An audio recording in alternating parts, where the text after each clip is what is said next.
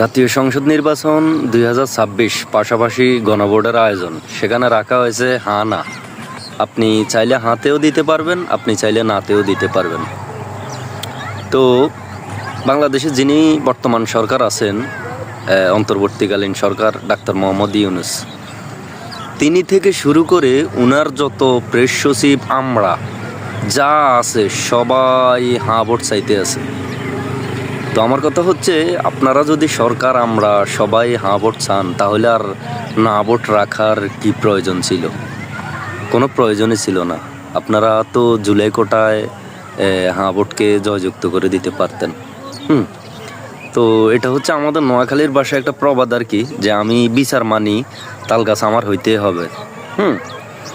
তো আপনারা সবাই হাঁ ভোট নিয়ে ব্যস্ত, হাঁ ভোট জয়যুক্ত করুন, রাষ্ট্র সংস্কারের জন্য হাঁ ভোট জয়যুক্ত করুন। তো আর ভাই না ভোট রাখার তো কোনো প্রয়োজন ছিল না, না ভোটের কোনো প্রয়োজনই ছিল না।